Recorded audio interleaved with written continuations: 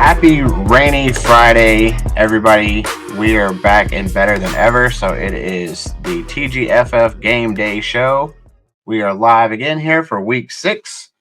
Definitely welcome aboard again, Jay, my co-host here. So we are excited to have another week of amazing college football. Okay, Bobby, you love Arden's Burger and Grill because you know what? I got me a sampler platter. That's right. She made me a sampler platter of everything Uncle Bobby loves. Look at there. We got the s'mores French toast. Ooh, we got some wings. And we got the powdered burger. And you know what, Uncle Bobby? He loves some wings, I'm telling you right now. You will not miss. I'll tell you, the double dip wings will make you double dip crazy. I'm telling you right now, it's the best thing you ever put in your mouth. Oh yeah, and French toast. Hey, they serve breakfast all day long. Uncle Bobby loves them from French toast. And folks, the paladin burger. Ooh, blueberry barbecue sauce, smoked Gouda cheese. Yum yum. Make sure you get down here to Arden's Burger and Grill Central. Uncle Bobby, I commend it, recommend it, everything that is amended. I do it here at Arden's Burger and Grill in Central South Carolina. And don't forget, they're going to open a place called Beef and Ribbies. That's right, it's going to be so good it sticks to your ribbies and makes you do this all day long. I'm telling you right now, come to Arden's Burger and Grill. So we're going to kick this show off again. We were scheduled to have Commissioner Cross on with us, but due to the inclement weather here in the Carolinas, a lot of people are without power. So we were going to reschedule our meeting with him, but we look forward to getting him back on the show as well. But as we get to our next segment, we're going to be doing our Southern Conference recap. We're going to be doing our upcoming games of the week. And Jay and Socon John are going to be handling that, and that's going to be sponsored this week by Redbubble. Hey everybody, this is Jay here with the Southern Conference news and notes for this week. I want to thank everybody at Arden's Burger and Grill for everything they do. Of course, we're dealing with a hurricane, so I'm having to do things a little different. Normally, we'd be at Furman, me and Socon John, but this week's a little different. So just want to go over what happened last week. Of course, Furman lost to William and Mary in a very hard-fought game, 34-24, and we just hope that Furman can bounce back this week. And so this week, games that we're going to look at, of course, is Mercer and Wofford will be playing this week, and they'll be playing at 1:30. This game here, it's going to be at Wofford. Mercer will be traveling to Wofford. Wofford's been a tough team to play this year. Mercer, of course, is sitting in first place. And this game right here, I think, is going to be a barn burner. I think that both of these teams are going to go after it hard and heavy. And give me Mercer in this game. I think they cling on to that lead that they have right now in the Southern Conference. I think Wofford will give them a hard-fought battle, but give me Mercer in this game. Next game we have up is ETSU taking on Citadel at Citadel at 2 o'clock. I think that the Citadel is definitely a poised and better team than a lot of people thought they was. ETSU has also been a great surprise this year. These two teams, I tell you what, it's a coin flip, but give me ETSU over the Citadel this coming Saturday, and I think Citadel's still going to be a good ball team this year, but ETSU wins this one out.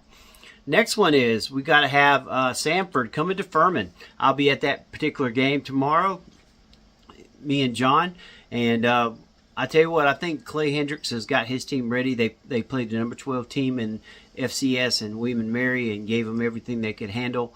I think this game they go in and get it done. Samford is a team that's struggling right now, but they're still a great ball team. But I think Furman's going to have a little bit too much for them, and Furman wins this game.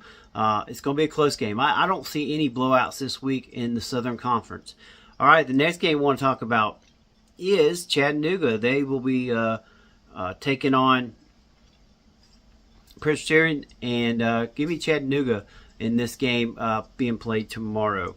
All right, that's it for the Southern Conference, and also make sure you follow all the Southern Conference information from volleyball to soccer to basketball. Of course, we'll be at the Socon Media Day on Wednesday, me and John, and also Justin will be there, and our new guy, Les Bruce. We will all be at the Socon Media Day for basketball, and hopefully this year you'll be seeing TGFF Game Day going to do basketball. That's right. We're going to be branching out and doing all the different sports with the Socon Conference. Also, we hope to have microcross soon. We had to cancel because of the hurricane, and we are looking forward to having him and giving you all the news and notes of the Southern Conference. All right, some great news about the Socon. Great to see that Furman will be hopefully playing tomorrow with all this bad weather. That's the reason why I'm where I'm at. And we want to thank all of our people over at redbubble.com, the Furman Jazz Collection, where you can get this right here, TGFF Game Day. That's right. We got the hats, we got the shirts, the cups, the mugs, you name it, the stickers, sheets, you name it, we got it. TGFF Game Day gear, also from a Jazz, Packer Wolves. All the gear that you need is at redbubble.com. The Furman Jazz Collection, you'll see it. It's got the Greenville Sports Media banner on it. So go there and get your Redbubble gear. And Justin, I can't wait to see you in your TGFF hat.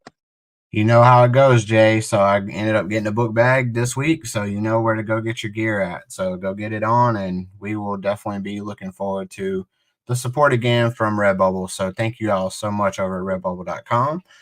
Next up, we're going to be talking about our guys over in the Sun Belt. So John, our Sun Belt correspondent, is going to be talking about his upcoming games of the week, as well as the week that was in review for the Sun Belt. Good Saturday morning Game Day audience. Welcome to Coastal Carolina and Sun Belt's portion of Game Day scores and predictions. This week, Coastal Carolina has a bye week. Next up for the Chants will be ODU, Old Dominion University, on October the 5th. So once again, we have a bye week this week. That game will be our first Sun Belt Conference game of the season, and right now we stand at 3-1 after a loss this past weekend to Virginia. Somewhat of a disappointing loss. We tried our very best to play against Virginia and try to overcome a lot of the obstacles that they put forward in their game, and some of that was based off of what Coach Beck had to say in his Monday morning presser, and that was that Virginia just simply outpowered and was much quicker than our Coastal football team, and we needed to be able to contend with that. We started off the game kind of on a bad note. We didn't execute very well. I think we assumed that the punt was going to go into the end zone, or excuse me, the kickoff was going to go into the end zone by Virginia, and they kicked it short. The ball ended up hitting on about the 20-yard line. It caught the receiver back for the kickoff off guard, and he fumbled the ball at about the 13-yard line. I think it ended up being spotted just outside the 10. Virginia went on to convert in 2 plays and to score a touchdown and went up 7-0. So like I said, we got off to a bad start. We didn't play well, but we were all as fans hopeful that something was going to turn around because Coastal kept staying in the game. They kept staying in it by meaning that they were just hanging around. And they're one of those kind of teams that, you know, you hate playing because they keep hanging around and they just become a nag after a while, and you just can't put them away. Well, Virginia eventually did end up putting us away, and you know that game was a tough loss for us. We felt like going into it we could really compete against them, and we just weren't able to do that. On our next kickoff, we were able to move the ball down the field after Virginia scored, and we were able to kick a field goal. And Cade Hensley kicked a 30-yard field goal at about 3:35 total on the drive, and he kicked a 30-yard field goal, making it 7-3. And that was really the closest we were in the game. We did score later on in the half, and we ended up being within a 7-point deficit at that time. And we were able to go on and score a couple more times in the game. Made it look like it was way more competitive than it really was by the score. But Virginia pretty much had us handled the entire game. We really didn't do a lot of things well as far as execution goes, as I mentioned earlier. And Coach Beck said that, that we didn't have an excuse. We just did not execute well. And as a reason of that was what left us with this matchup at the end of the game, and us on the losing side. So having said that about Coastal, and putting in a little bit of time just as a recap for the game, and for those of you all that were able to watch it, it was on ESPN2. I will say this, there was some positive things that really came out of that game. And one of them was we had the largest crowd on hand to see a Coastal football game played in Brooks Stadium since last year's game against Marshall. This year for Virginia, and broke that new record, was 22,104 fans in the stands.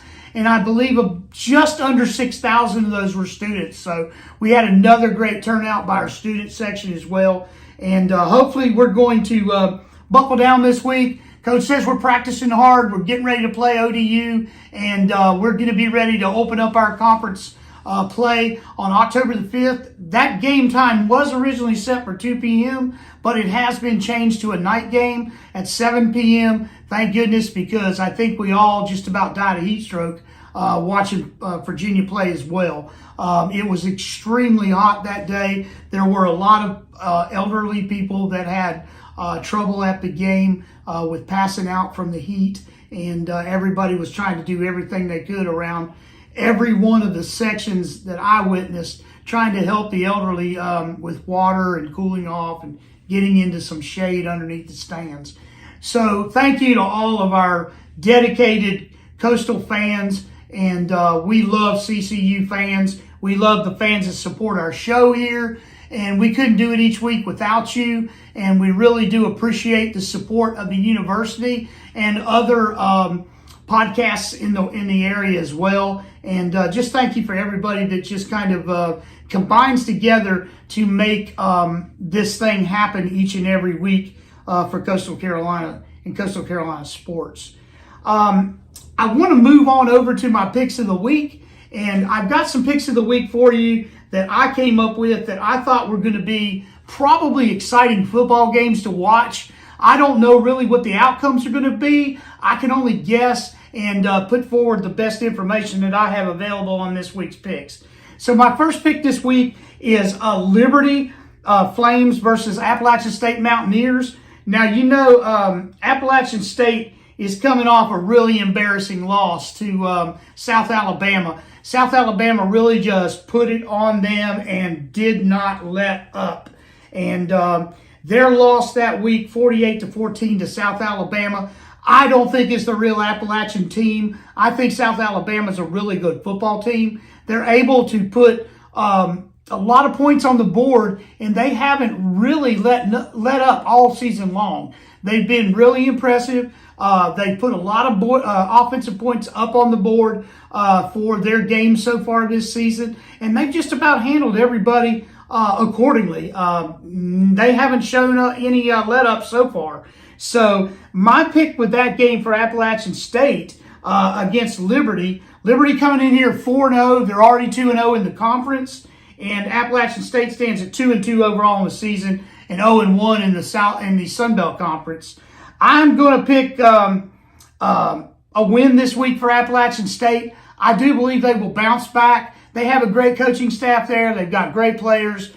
They've just got a great atmosphere. Plus, they're playing at Boone, which is going to make it that much harder on Liberty to win there. It's awful hard to beat Appalachian State on their home field. And we've seen that over the years, not only with us last year beating them up there, but the excitement that came with it. It's almost like winning a bowl game when you win up there because of how tough they are at home. So I'm going to take Appalachian State over the Liberty Flames this week, with Appalachian State winning the game 28-21. I believe it's going to be close, but it's going to be one of those kind of games where Liberty doesn't want to lose to the Sun Belt Conference, and the Sun Belt Conference definitely doesn't want to lose to Liberty. So I'm picking that game again, 28-21. In my second pick this week, I picked JMU against Ball State. JMU, again, is really, man, they set the world on fire this past weekend against North Carolina. I don't think that 70-50 was really a mark on the score of how close the game was, because it really wasn't, because JMU was up big time at halftime. And JMU went on to beat North Carolina, I'm going to say like a redheaded stepchild, because that's what it was. The North Carolina Tar Heels from the ACC Conference took one from JMU, our top team in the Sun Belt Conference Eastern Division right now. And, I don't see them letting up against Ball State. Ball State's a 1-2 club coming in this game. JMU has just continued to roll. They're 3-0 so far on the season. They bounced back from that crazy 13-6 game that they won the week before last, and really didn't produce any points. And I think Coach lit a fire underneath them, because this past week they rolled it up against North Carolina. So I'm taking JMU all the way this week. I'm picking them for a 48-10 win over Ball State. It could be worse than that. I just don't know how many points they're wanting to run up. So I'm picking a 48-10 win. And again, that's coming off the crushing win that they had over UNC at Chapel Hill this past weekend. And I'm sure they got a pretty nice little paycheck, JMU did, for going to North Carolina and beating North Carolina in Chapel Hill. My upset pick of the week, and that comes to you, I'm picking Louisiana Raging Cajuns that are 2-1 and 0-0 in the conference to beat Wake Forest from the ACC 17-10. Yes, folks, you heard it from me. The Raging Cajuns are going to beat Wake Forest at Wake Forest this week 17-10. That is my upset of the week pick. My last and final pick of the week is South Alabama Jaguars. I think they're going to steal one from LSU. I really feel it in my heart. The SBC is probably becoming the top Power 5 pick right now, based off of their team's win-loss records and the strength of their conference. And I'm really proud of South Alabama, man, the way they're playing, even though they're in the West and we're in the East. They're playing really well. So I'm picking them to steal one from LSU. I think the score is going to be extremely close. And I believe that LSU will lose to South Alabama. Again, yes, you heard that. They will lose to South Alabama 38-20 this week. LSU, be prepared. The South Alabama juggernaut is coming your way. So be prepared. Again, pick of the week upset. I'm picking Louisiana Raging Cajuns to win over Wake Forest. And I believe that's going to be a close game, but again, 17-10. I want to thank everybody for tuning in today for the SBC picks of the week, as well as Coastal Carolina update.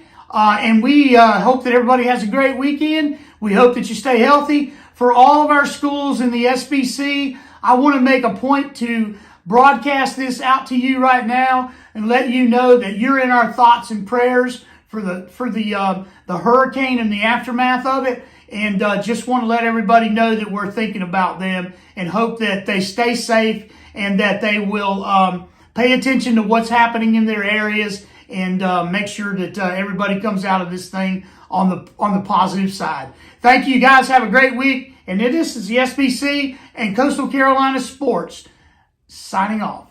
Everybody, Jay here from Greenville Sports Media and the Furman Joust. Letting you know to go to TrueVictory.com, a veteran-owned company that helps veterans.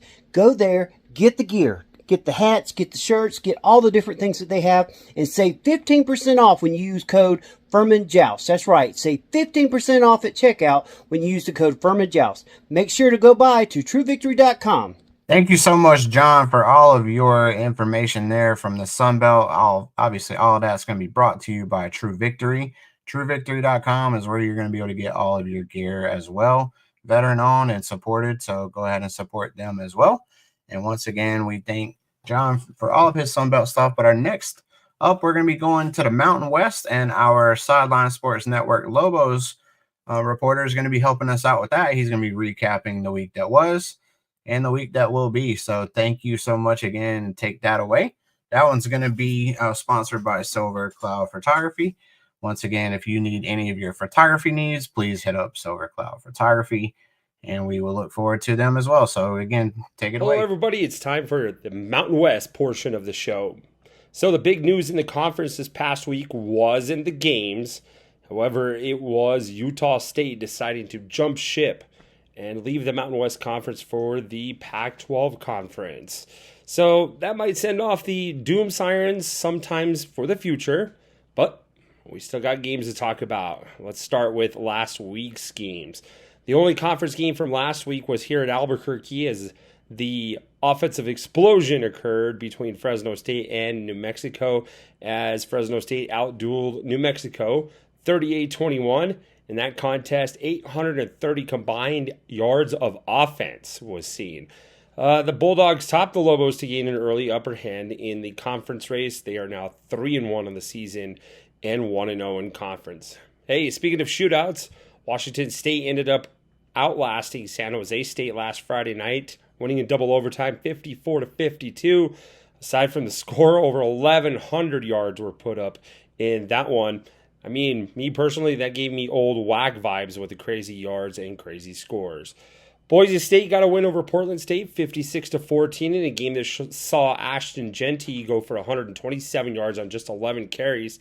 Wasn't his Heisman kind of night, but one that will nonetheless keep him in the discussion. Elsewhere was Colorado State getting back on the winning end, 27-17 over UTEP. That got the Rams back to 500 overall in the season at 2-2. Nevada went to 2-3 on the season with a 49-16 win over Eastern Washington. Hawaii got to 2-2 on the season as well after their win over Northern Iowa 36-7. On the losing end last week in the conference, North Texas topped Wyoming 44-17. The Cowboys are now winless at 0-4.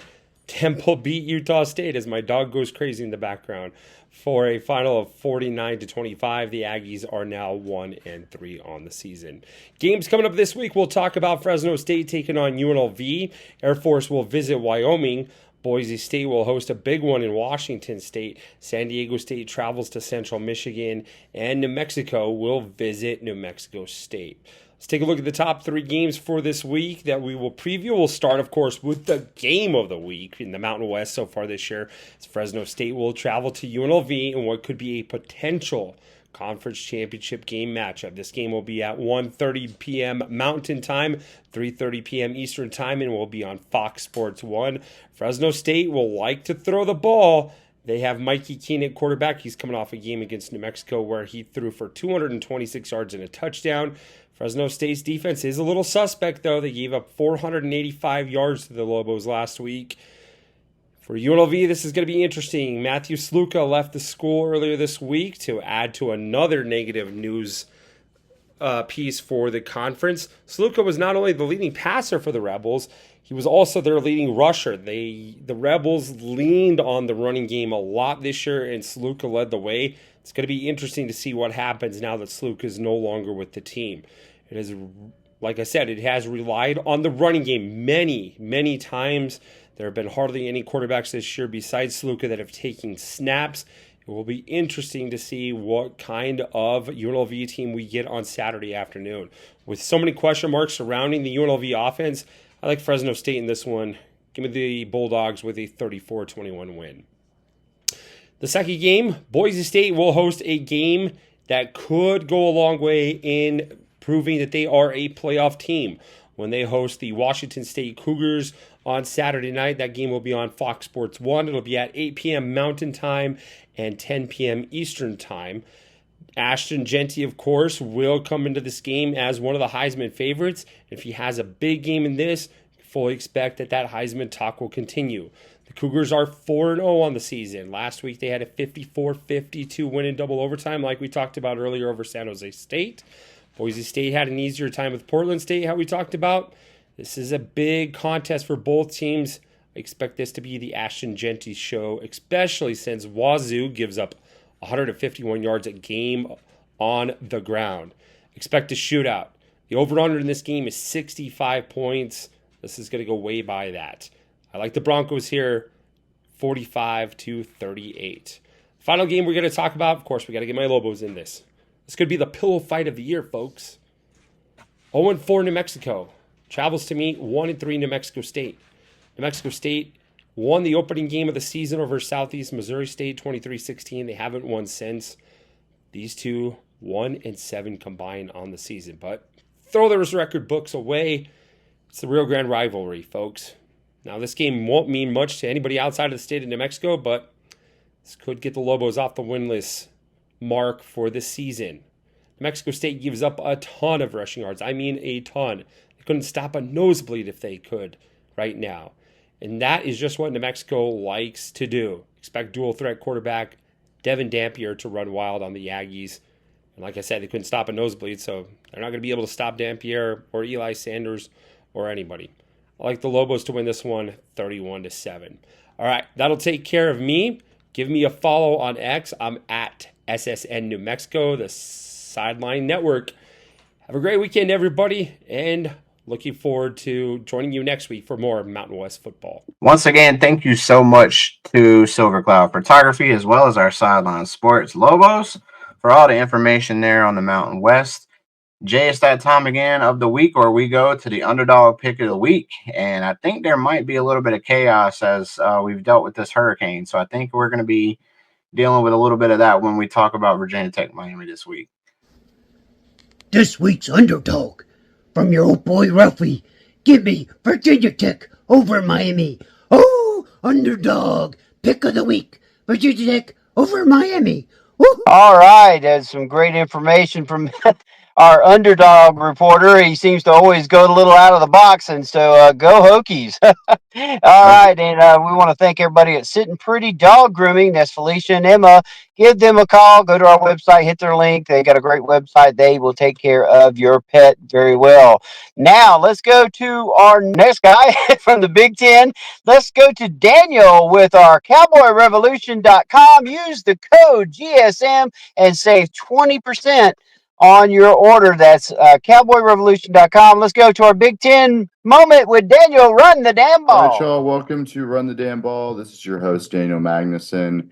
We're doing college football picks today, and then there's been some chaos on the west side of college football, Mountain West, and also the two-pack, or whatever you want to call those two schools up in the Pacific Northwest, Oregon State, Washington State. So I'm going to give my opinions on some of the conference realignment going on over there. But we're going to do pick 'em first, then we'll get into some opinions with what I think should happen with some of the conference realignment stuff. But first up, we got two games tonight. Virginia Tech at Virginia Tech at Miami, and then Washington at Rutgers. I think Miami's going to win a close one here. They don't really get a whole lot of fans to show up at their games, even when they're good, it seems. So I think it'll be a little bit of a dramatic game. Virginia Tech plays up to their competition, but Miami will find a way to win. They just have a better quarterback. Washington at Rutgers tonight as well. Kind of like Washington, to be honest. I know Rutgers has good defense, got a good run game. I don't know what it is. I just like this Washington team this year. I think they kind of are playing with nothing to lose because they're basically a brand new team compared to last year. So give me Washington over Rutgers. And then, so Saturday games, we get to those. Kentucky at Ole Miss. I'm not even going to – just give me Ole Miss. I know Kentucky gave Georgia a good game, so maybe I should give Kentucky a little more credit, but I just feel like this Ole Miss team is going to win. I don't really know what to think about Kentucky. They had a bad game against South Carolina, and then they play well against Georgia. So not really sure what's going on there, but give me Ole Miss, especially because they're at home. Minnesota at Michigan. Michigan turned it around last week. I thought they would, be competitive against USC. They did more than that. They won. And so I think Michigan's going to win by about 2 scores here against Minnesota. Oklahoma State at Kansas State as well. Give me Oklahoma State. This is a total toss-up. Who knows what's going to happen? But I think BYU exposed Kansas State last week, showed that they, struggle to throw the ball if you force them to. Take away the run game, force them to throw the ball downfield on 3rd and medium, 3rd and long, and you see what, can happen. So I think Oklahoma State saw the blueprint. They're going to find a way to win the game close.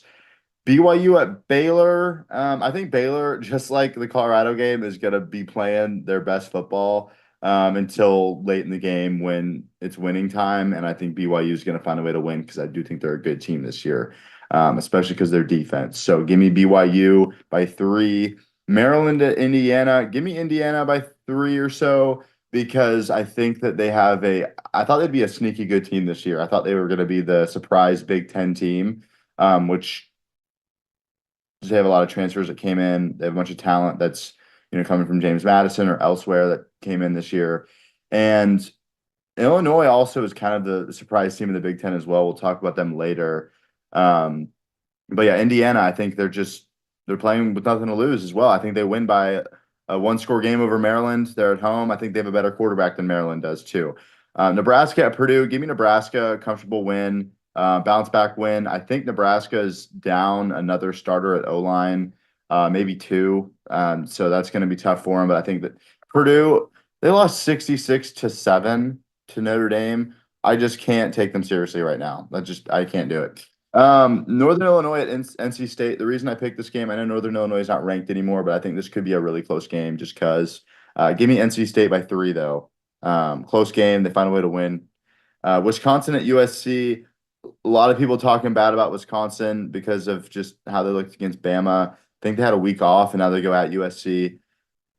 I think that USC wins a close one, just barely. I think Wisconsin comes out and plays their best game just because of having time off, having time to just get it together, even though that their starting QB is the backup right now. Yeah, but give me USC, really close game. Louisville at Notre Dame. Give me Notre Dame. Or excuse me, no, take that back. No. Well, not so fast. Give me Louisville, actually. I think their offense has better weapons, and I think, they're going to find a way to turn over Leonard when he's forced to throw. Give me Louisville. Arkansas versus Texas A&M. This is going to be in Cowboy Stadium. This is a total toss-up to me. I like Taylor Green a lot from Arkansas, and I think they blew a game against Oklahoma State. This one's going to be really close. I think they find a way to win this game. Give me Arkansas. TCU at Kansas. I think Kansas finally gets a close win. Finally. They're going to do it. It's at Arrowhead, too. Give me Kansas. Colorado, UCF. Colorado. 2-point conversion to win the game. Win or go home. And they're going to find a way to do it. This team is a movie. This team is a straight-up movie. Last week against Baylor, a Hail Mary. I was like, there's no way. And they did it in the rain. And here they are now at UCF. I think Shedeur is significantly better than KJ Jefferson, and that's going to be the difference today or tomorrow. Give me Colorado. Fresno State at UNLV. I think UNLV is going to be playing with their hair on fire, especially with their QB Sluka quitting on the team and going in the portal or whatever he's doing. And they're going to say, screw it, we ball. They got a good run game. UNLV is going to win that. Oklahoma at Auburn. Oklahoma is collapsing. They're collapsing this season. They'll be lucky to make a bowl. They got 5 wide receivers. Their top 5 wide receivers are all out this week. Give me Auburn by 8 points. Yeah. North Carolina at Duke. I really want to pick North Carolina, but they gave up 70 last week, and I think Malik Murphy's legit as the QB for Duke, so I think Duke wins a close one. Mississippi State at Texas. I shouldn't even have this on the list. Texas is going to win by 50 or more. Ohio State at Michigan State. Ohio State will win by a couple touchdowns, maybe 3 or 4 touchdowns. I think Michigan State has a decent team, but Ohio State's just too good. Stanford at Clemson. Clemson wins. I think Stanford finds a way to make this close, though, somehow, some way, and Clemson wins by 1 score. It's just going to be I think it's going to be a scrappy game. Give me Clemson, though. Iowa State at Houston. This is my upset pick, actually, of the week. One of my upset picks, because I think I think Houston is a bad road team, but a better home team. And I think Iowa State is going to find themselves in a scrappy football game. And because Houston might have a little more athleticism than one might think, well, yeah, I mean, they're in Houston, Texas. What the heck? Yeah, give me Houston by maybe 7 points. I think they're going to find a way to upset Iowa State. I think Iowa State's a good team, but they're going to have games where they lose ones that they shouldn't, and then they're going to, the Iowa game is an example of like, I don't know how they won, but they did it, right? Houston, though, is going to upset them just because it's the Big 12. Who knows? Georgia at Bama. Give me Bama because this is a toss up, but I just don't like Georgia as much. I like Bama better just with their players. I like Jalen Milroe. Give me Bama. Illinois at Penn State. Give me Illinois, actually, because I think Drew Aller's overrated. And I think this Penn State offense is mid, or they're above average. But they got a good line. But, I think what we saw with Illinois last week is they're just playing with their hair on fire. And I think they're going to find a way to win because their run game, because the balance they have on offense. And I think they're going to force a turnover late that's going to change the game. Illinois wins over Penn State. Florida State at SMU. I can't pick this one. I work for SMU, but you know how I feel about that. Cincinnati at Texas Tech. Hey, I think Cincinnati finds a way to win this game and steal it in Lubbock just because they're going to find a way. I think they got a little bit better team. Washington State at Boise State. Give me Boise State by one score. It's going to be a fun one. Late night Pac-7 action here. No, I don't know. Arizona at Utah. I say Utah, but it'll be close, I think.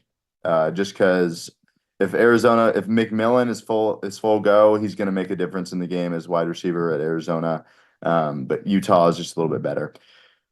Oregon at UCLA. Give me Oregon, but I think UCLA finds a way to make it close for no reason, just because I know Gabriel's a good quarterback, but I just think I'm tired of him, dude. This guy's been in the college football for like 6 years.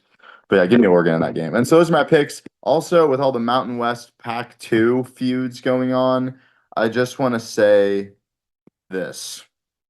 What should have happened is that Washington State and Oregon State accept their fate and just go join the Mountain West. That should have happened. But instead, we have this, I'm not going to curse in the podcast. We have this cluster bomb of ego on the West Coast, and these schools feel like they're better than other people. And you know what? Maybe Washington State, Oregon State have way better brand value than, Wyoming and Utah State. But they added Utah State. Okay. I don't know why you did that. Now you're the Pac-7. You add Boise State, Utah State, San Diego State, Fresno State, and Colorado State. All these they literally just state schools all over the place. Like Washington State and Oregon State are essentially this exact same thing as all those schools. Like, okay, nice. Now you have a new little Pac-7 conference. It's not the Pac, whatever. It's not the Pac. Whatever we grew up as watching, it's not that. It's just a glorified Mountain West. So nice. You have your little group of seven. You fail to add the American schools from the east side of the country. And now what are you going to do? Add Gonzaga and UConn? Is that what you're going to add some Sun Belt or Conference USA teams from Texas? What are you doing? It just looks stupid. You just conjoin all the 14 Western schools that aren't in the big time conferences and call it a day and just play ball. Mountain West is one of the best conferences that isn't a Power 4. They might be the best one right now. I could be wrong. I think the American's probably a little better. But come on. Just a waste of they're just wrecking things just because of money. And it's like they're not even going to make that much more money. We don't even know how much money they're even going to make. Maybe they'll make a little more than whatever the Mountain West is going to be. Basically, the Mountain West is going to be like a Conference USA type of the West Conference, which is fine. That's what some of those teams really are. And then you're going to have this glorified Mountain West Pac, whatever you want to call it. And with Oregon State, Washington State leading the charge. And it's like, okay, you're basically just, the 7 leftover Mountain West are probably going to add some like Conference USA or like New Mexico State and UTEP or some Big Sky schools, maybe North Dakota State, South Dakota State. They're going to have like 10 or so teams and they're going to play some good football. And then you're going to have the Pac over here with, I don't even know who they're going to add at this point, and they're going to have like 8 or 9 teams. just like you look silly. You just look stupid. So that's my opinion on that. I think it looks really goofy. I'm not a fan of some of the actions that were taken. It is what it is. Looking forward to this weekend though. Run the damn ball. Hopefully my teams win as well. So we out. Jay here with Greenville Sports Media and the FurmanJoust.com. Letting you know about one of our great sponsors. We're talking about Cowboy Revolution. Go by today, get your gear, cowboyrevolution.com, and if you use the code GSM, you will save 20%. That's right, 20% on checkout. So go by to cowboyrevolution.com, get the gear that you want, and save money today. And thank you so much as well, Daniel, for all of the information that you gave for us on that. Next up, we're going to be heading over to the Big 12, and we're going to let Joe, our correspondent there, give us the rewind from the Big 12 from last week, and he's also going to be giving us his upcoming games of the week as well. That segment for us is going to be sponsored by Pepsi, and we look forward to all of your drink needs. Go to Pepsi. So, again, we'd like to thank our guys over in the Big 12, Joe. So, Joe, let us know what you got. Week 5 of Big 12 action is here, folks. I know it's a different background. I know it's different audio, different video. We're going to figure it out. I'll tell you that right off the rip. It's not the perfect audio. It's not the perfect video. I'm on the road right now, so give me the benefit of the doubt here. I'm at my folks' house. But we're going to talk a little bit about Big 12 football this week. We got some good matchups. The first one being K-State, Oklahoma State. The 23rd ranked Wildcats taking on the 20th ranked Cowboys. A game in which both teams lost last week in, I would say, dramatic fashion. I don't know if that's the best way to describe it, but K-State losing to BYU in one of the weirdest games I've ever seen, where the Cougars won 38-9 in a situation where they scored 31 unanswered points in a span of 6 minutes. That's a wild situation. Oklahoma State losing to backup quarterback Isaac Wilson against Utah, dropping significantly in the AP poll, as did Kansas State. That's the first game we're going to talk about. We're going to move on through this because there's some games you want to talk about, some that are kind of like There's some games in this slate, I will say, and be completely honest up front. The next game I want to talk about is KU and TCU, both teams that could use a win.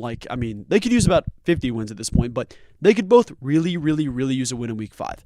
Will they? Obviously not. One team will win, one team will lose, and the team that loses, you're kind of in a situation where it's like, all right, you're kind of out of the playoff race. I know it's early enough that you could say 0-2 is not necessarily out, but you're kind of cutting it close. So both KU and TCU need a win bad in this case. Josh Hoover's been maybe one of the most underrated quarterbacks in college football this season. Jalen Daniels figuring it out, to say the least. 7 interceptions, the second most in college football this year. Nowhere near like the preseason offensive player of the year we saw in 2023. That being said, there's a lot to like in that game of good matchups with Devin Neal. You see some guys in the skill position for TCU, and 2 solid-ish defenses going at it, so we'll see what happens there. The next game I want to talk about, give me an old Pac-12 rivalry. You've got both Arizona and Utah clashing in this game. Arizona, who was thought to be a top 25 team earlier in the season. They were up as high as, top 20 and then dropped off the scale after losing to K-State in pretty dramatic fashion. But something tells me that Arizona's going to be ready for this matchup. They know the type of football Utah plays. It's drastically different than Arizona's style of football, but that'll be a good game to watch. And then you've got more across the league. You got Colorado taking on UCF. A game where both teams have a ton of hype surrounding them for different reasons, I will say. KJ Jefferson, RJ Harvey, all the good things happening at UCF. There's a lot of hype to be deserved. With Colorado, it's a little different with Shedeur Sanders and Travis Hunter. Both dudes absolutely all-American level football players, but outside of them, there's not a ton behind them. While it might be a little bit different, both players absolutely have the ability to will their team to a win. Look at Colorado's performance in Week 4 versus Baylor. You had Shedeur Sanders and Travis Hunter balling out, giving that late Hail Mary play. Obviously, that was Horn, the receiver, there late. But still, you had an incredible performance for both players. Travis Hunter with 4 straight 100-yard performances as that continues on. But let me jump into my bets here. I've got 3 games to watch for. I will take 22nd BYU, one of the weirdest lines I've seen all week, versus Baylor. It's on the road in Waco. I will take BYU +3. They are getting points against an unranked team. I will take BYU +3 versus Baylor. I don't think Baylor's good. I think Dave Aranda needs to be fired, but that's the case for this week. I will take 22nd ranked BYU over Baylor. You could take a money line for all I care. Give me the +3 points. I will take BYU in this matchup. Moving down the list, Kansas is a better team than they've let on. Jeff Grimes, I know he's an idiot, but he's also a good football coach. I will take KU to figure it out. KU -1.5. Give me that. If they win the game, it'll be by a field goal. I will take KU over TCU because Sonny Dykes also needs to be fired. He's an idiot. That being said, moving on to the third game we're going to talk about here. I will take, and this one's a little bit of a meet me on the ledge here, I will take Arizona +8 versus 10th ranked Utah. We don't know the status of Cam Rising. If Cam Rising is back, this line will fluctuate pretty heavily. I would imagine this to be about 2 touchdowns at kickoff if Cam Rising is healthy. I don't think he's healthy. I will take Arizona because they know the type of football that Utah plays. I will take Arizona plus, 8.5 right now? 8 points. I will take Arizona plus 8 points right now versus the Utah Utes, but that's going to be my picks for this week. But all in all, those are my 3 picks, so be sure and make some money with your boy. If we go 3 for 3, great. If we go over 3, that's on me. But either way, we appreciate you for watching, and we'll see you here next week. Welcome back again to the show. Joe, thanks so much again for all of your information there on the Big 12. And next up, we're going to be talking the Notre Dame-Louisville game with our Sports Illustrated reporter, Nathan Erbach, over with the Fighting Irish. So, Nathan, go ahead and take it away. Tell us all about the game this week that you got. Welcome again to the show. Welcome back from our great commercials. We always have a great sponsor list, but today we're adding in again our Sports Illustrated guy for Notre Dame, and it's Mr. Nathan Erbach. So, welcome again to the show. This week, he's going to be talking about the week that was for Notre Dame and the week that's going to be. They take on the Louisville Cardinal this week. So, Nathan, go ahead and give us what you have from last week and what's your thoughts on the Cardinal for this week. Yeah, always happy to be here, Justin. Thanks for having me. Obviously, it was a slow start last week against Miami. It was the second time in, 3 weeks that Notre Dame played a pretty good MAC program. Honestly, I think going into the year, NIU and Miami University were kind of considered the 2 best programs in the MAC, at least from what they were returning standpoint and different things like that. I think Miami won the MAC last year as well. So they ended up winning 28-3. Obviously, really good defensive effort when you only give up 3 points, no matter who you play. And honestly, I think outside of an early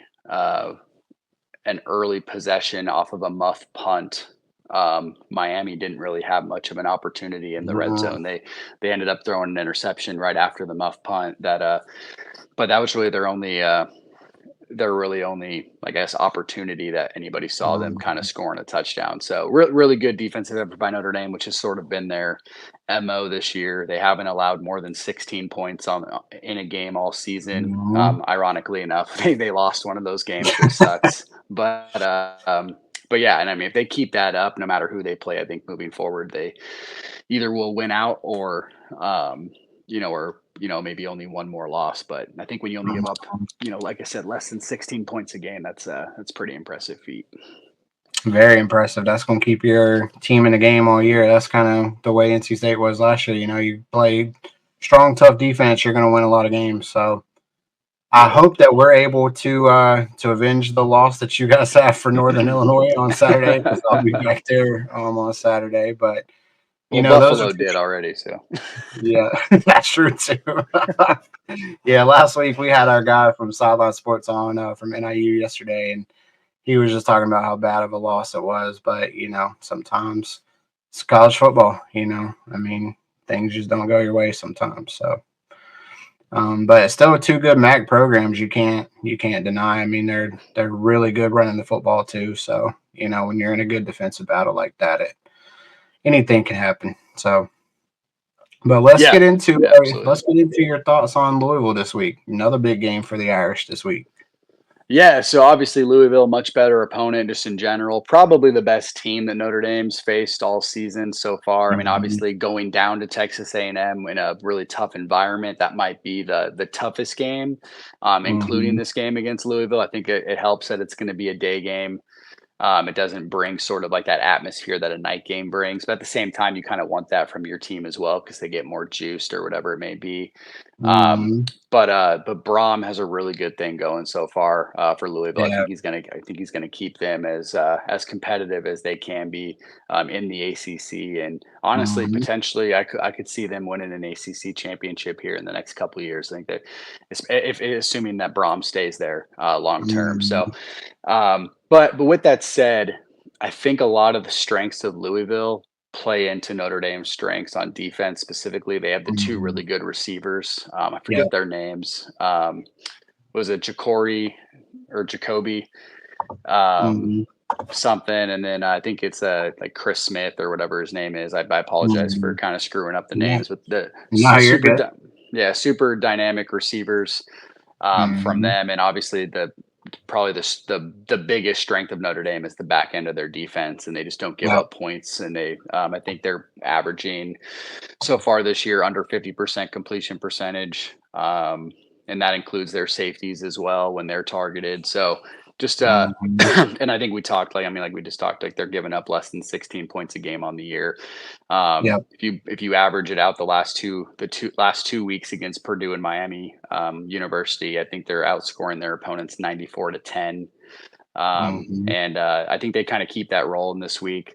The offense really started picking up the pace a little bit. I would say like the second half of that second quarter of the Miami game, even though they only ended up scoring 28 points, it felt like it should have been more. Even in the second half, Riley Leonard had like a uncharacteristic fumble on a Mhm. long run that probably would have set up at least 35 points. And then towards the end of the game, they kind of stopped. They put Steve Angeli, their backup quarterback, in, and they sort of just ran out the clock that way. So I guess all that is to say is Riley Leonard's gotten a lot of crap this year. I think Mhm. to be completely honest with you, outside of a few things here and there, I think he's looked better than most people want to give him credit for. He almost became the only quarterback ever to have 100 passing yards, Rushing. 100 rushing and 3 touchdowns. He did it. He did it against Purdue.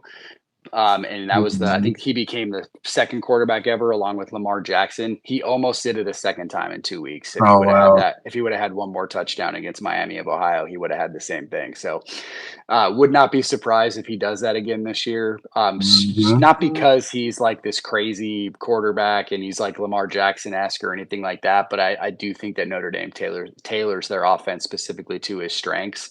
And when they get in the red zone, they really don't screw around.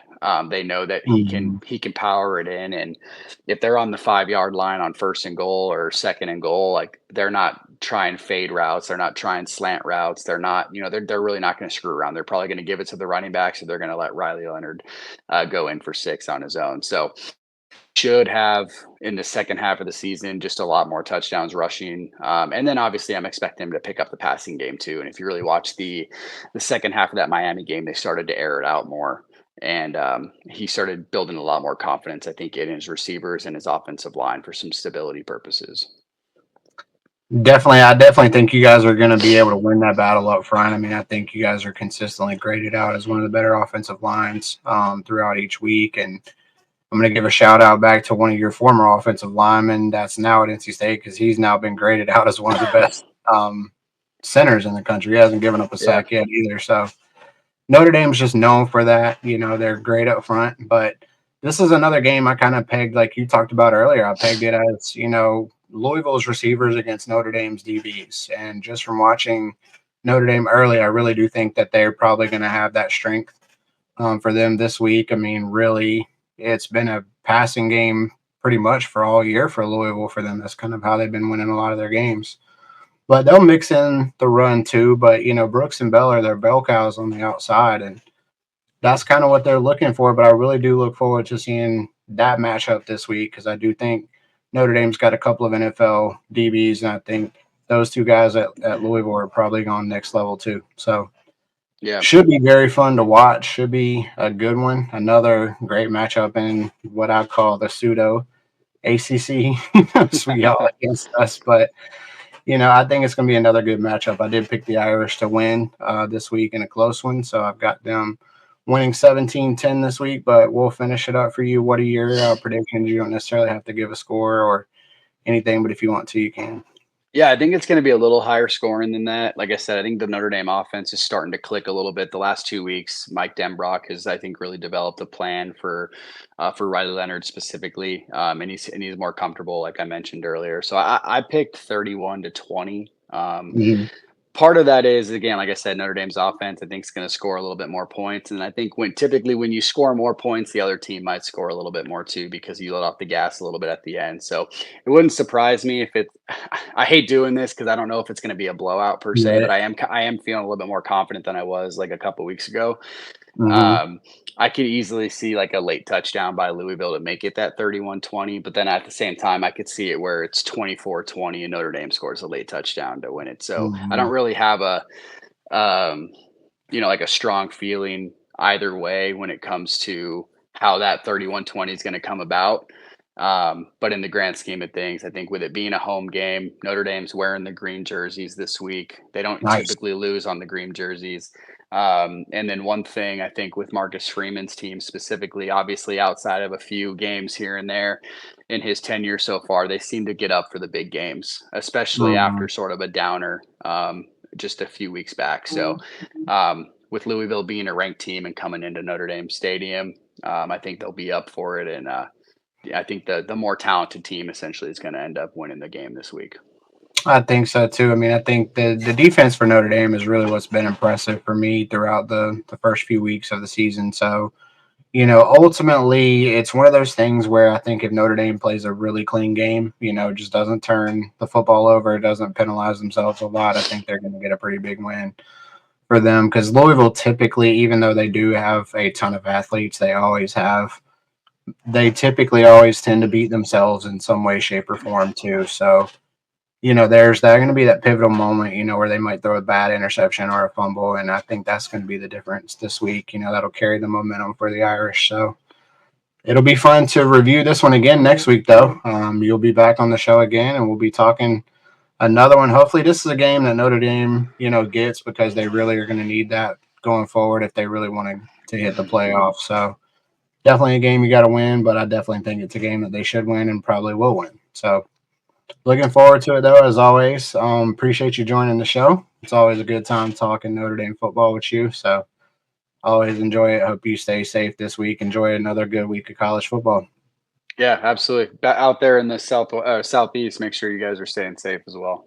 Absolutely. We got hurricanes, but we got more hurricanes tonight with Virginia Tech too. So we're gonna see what happens in Miami. So that's gonna be a big one. We picked Jay and I both picked the upset. So hopefully it'll be a hokey night tonight. So but we appreciate you as always, man. I'll let you have the rest of your day and enjoy the rest of the weekend. So we'll definitely come back and get you again next week. So thanks again for joining. Awesome. Thanks, Justin. Absolutely, man. All right. Thank you, Nathan, for all that great information about Notre Dame and the independent scene, of course, brought to you by Vero Fencing. If you ever need any fencing needs over in the Midwest, call Vero Fencing. All right. You can also go to our website and hit the link, and it'll take you to them. All right, let's go to our next segment. He's the man, he's the myth, he's the legend. He is the ACC guru. We're talking about my man, Justin. Take it away, Justin. Jay, it was another fantastically great week in the ACC. Can't complain. Miami looked good again. Louisville looks good again. Everybody looks good at the top. So it's becoming a much better, deeper conference than kind of what we thought. I mean, there's a lot of good teams in the middle that are really starting to play a much better football this week. But we got a ton of great games on the slate this week, Jay. We can't complain about the big rivalry on Tobacco Road. Duke and North Carolina are going to be battling for the victory bell this week. North Carolina is going to be a little bit shorthanded this week, and we talked a little bit earlier on our show earlier in the week, but I'm going to be taking the Blue Devils this week. I really do like them in this matchup. I think they're starting to play well, and shockingly enough, they might end up being 5-0 in the season so far. So a little bit of shock and all there, but, Malik Murphy's playing well. Manny Diaz got him playing well. And then the big game for for tonight is going to be the Virginia Tech Hokies taking on the Miami Hurricanes as well. So that's another old Big East rivalry that we're looking forward to again. And this game is actually going to be one of those that we talked a little bit about earlier in the show, Jay, with our upset pick. You took the Hurricanes, you took the Hokies, and I'm going to take the Hokies right there with you. So I think their running game is going to be prevalent this week, and I think they're going to be able to get the job done. So Cam Ward's been playing at an unreal level, but they've also had some games where they've played some inferior talent too. So I think this is going to be the game where Virginia Tech gets it done with their run. I think they're also going to be playing a much better inspired game this week as well. And then we've got another big one with Louisville and Notre Dame. I know it's not a full conference game, but it's a game that we're all going to be watching as these two teams take on each other. Notre Dame's coming off another good week for them. So it's looking like for them, going to be a tough game. I think this is going to be a defensive battle for those two teams. I'm looking at it to be kind of a lower scoring 24 type 20 game, but I really do think the Irish do get it done this week. That was my pick earlier in the week. So really looking forward to our slate there on the conference for this week. I know we really do appreciate all of the time that we get to look into these. These are really fun. So, another good week. NC State gets to also take on Northern Illinois this week. So it's a blast from the past for Dave Doran. So he gets to go coach against his former team. So I'll be at that one in the press box on Saturday as well. So we'll be able to give you guys a good recap of all these important games in the ACC next week. So looking forward to it. Hope you guys enjoyed the slate in the ACC this week. Thanks again, Justin, for all your great information about the ACC brought to us by Medios. Also, we now want to go to our new segment from the American Conference, Sideline Sports Army, brought to you by NFM Lending. That's NFM Lending. Use them for all your home needs. All right, let's go to Sideline Sports Army. Shout out to the Knights being 4-0. TGFF. This is Cuthbert from Sidelines Army. I'm really excited to be joining the team here to be doing some reporting on the American Athletic Conference, the goings-on, what to look forward to, and what storylines to be thinking about this weekend. Truth be told, I am reporting from my home in Greater Tampa Bay. Hurricane Helene, well, it's a couple hundred miles off the coast of us right now, but the effects are in the background. I'm doing the best I can. Well, in case you all haven't been paying attention to the AAC this year, we basically have 4 different types of teams. We got the top, the bottom, the middle, and what I call the unknowns. Now at the top, we're looking at Memphis and Tulane. Memphis is 3-1. They do have an in-conference loss to Navy. We're going to get to that, but they've got a P4 win against Florida State, and they look to be among the top of the American this year. Now, Tulane is only batting 500 at the moment. They're 2-2 with 2 very close losses to ranked P4 teams. So don't let that 2-2 fool you. And they are playing in this week's game of the week that I will also be getting to in a minute. Now, if you haven't been paying attention, if there's a top, there's going to be a bottom. And unfortunately, we're looking at you, Rice, Florida Atlantic, Temple, and Charlotte. Now, Temple may be getting things turned around. They made a change at quarterback. They finally got in the win column last week. They are facing my Black Knights tonight at the link.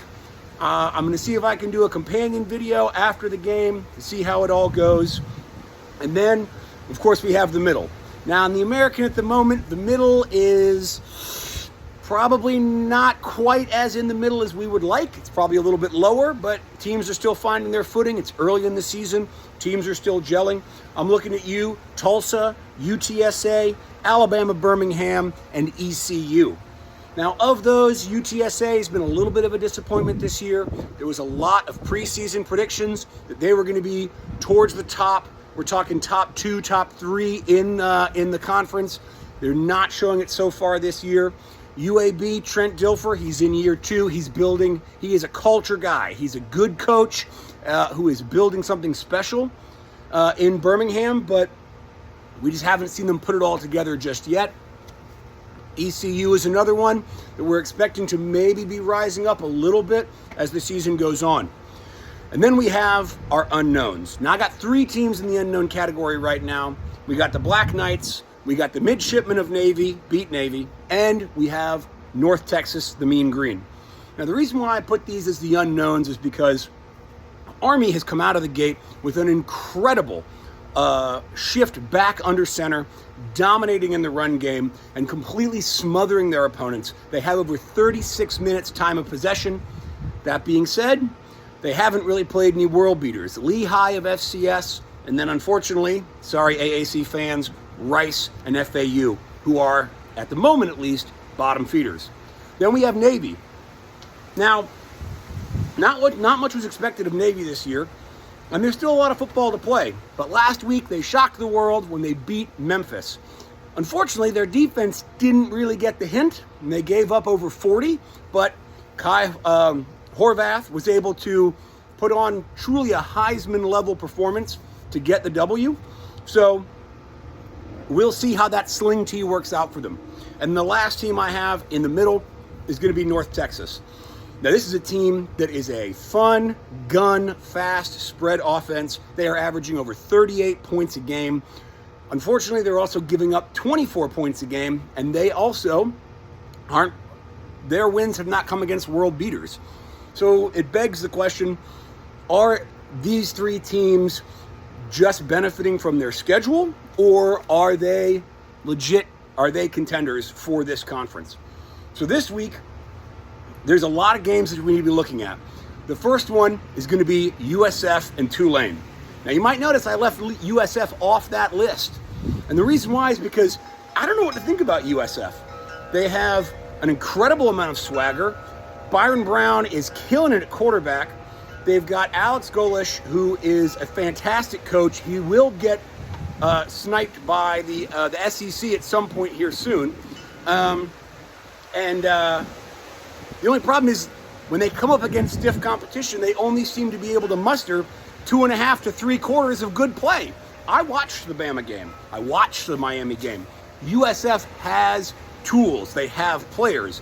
The problem is they get about 2.5 quarters in, 3 quarters in, and they fall off a cliff. And you look at that Alabama score, you look at that Miami score, USF played much better than that for the majority of the game, and then it all fell apart. Now, USF is taking on Tulane this week.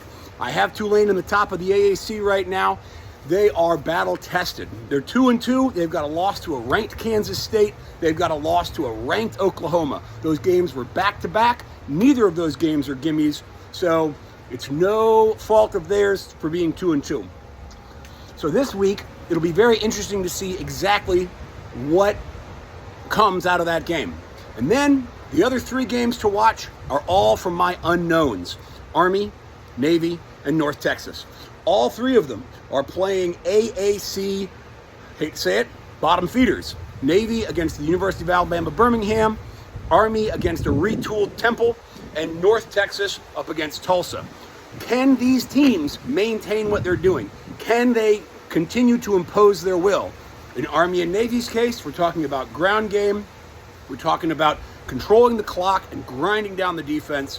When we're talking about North Texas, we're talking about spreading that field wide, getting the ball in the air, getting points on the board. Can North Texas's defense finally stand up a little bit and not just win in a shootout? Well, as you can see, Helene is having effects already. So I'm going to get out of here. I'll see you after the Army game. Go Army, beat Navy. As promised, I am back after the Army game, except it's not after the Army game. It's only halftime. Hurricane Helene is continuing to create turbulence here in greater Tampa Bay. And out of genuine concern that we're going to lose power, I'm going to go ahead and just wrap this up now. If you're interested in the Army game, if you're following Army versus Temple, we are winning 14-0 at halftime. The first 2 drives of the game were absolutely beautiful. Between long runs and long passes to Noah Short, Bryson Daly, Kanye Udo, and Jake Rendina absolutely lowering the shoulder and getting the hard yards. Unfortunately, since those first 2 drives, looks like Temple may have started to figure out the Army offensive scheme. The triple option works great until the other team really understands how to defend it. Then everything gets a little bit wonky. So with any luck, Cody Worley in the second half is going to be able to draw something up. We're going to be able to get some more points on the board. We are up by 14, but we've only scored 14. And the defense is playing well. We've got our first sacks of the year, which sounds crazy, but based on points per game, it hasn't been an issue until now. I will say Temple's new quarterback, Simon, can't give this guy time. He's going to pick you apart. He is better than advertised. I'm not going to say that Temple's a contender to win the American. What I will say is they do not appear to be the Temple of the last 2 to 3 years. Other teams in the American, you've been warned. I am confident that Army's going to win this game. I don't think it's going to be the blowout that it was. If the offense can put another, I'm going to say 10 points on the board, I think we got it in the bag. The defense has to keep getting pressure on the Temple quarterback.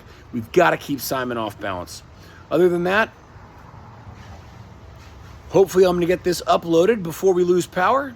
And go Army. Welcome back again to the show. Thank you so much for our newest correspondent over there at Sideline Sports, Army. Again, that was brought to you by NFM Lending. For all your mortgage needs, get to nfmlending.com.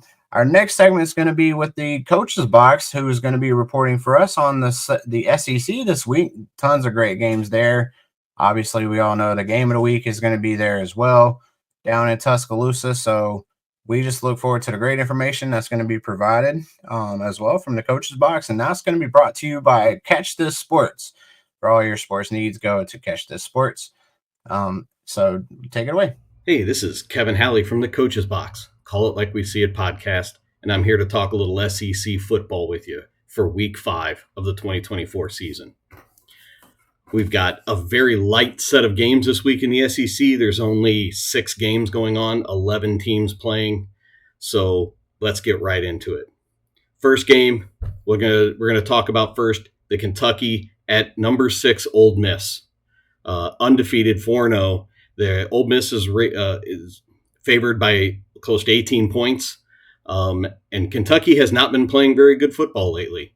So this will probably end up being both an offensively challenged game for Kentucky because Ole Miss has one of the best defenses in the country, and it's going to be a very problematic day for Kentucky's defense as well because Ole Miss has one of the highest rated offenses in the country as well, behind Jackson Dart at quarterback. I fully expect Ole Miss at this point to cover the spread and probably win pretty easily, especially at home in Oxford, Mississippi. It's a very daunting place to play, and Kentucky just has not looked very good the last few weeks, not up to standards in which they can go on a road game at Ole Miss and try to pick up a win. So look for Ole Miss to take that win. Next game we're going to talk about is Mississippi State at number one Texas. I have not heard yet if Quinn Ewers is going to be playing yet, but it doesn't matter whether it's Arch Manning or Quinn Ewers. Texas is favored by 38 points at home over the Bulldogs, and this will be one of those things where the backup quarterback will be playing at some point in the third or fourth quarter. I just do not see the 1-3 Mississippi State Bulldogs being able to go to Texas Memorial Stadium in Austin and getting anything close to pulling off a competitive game with them.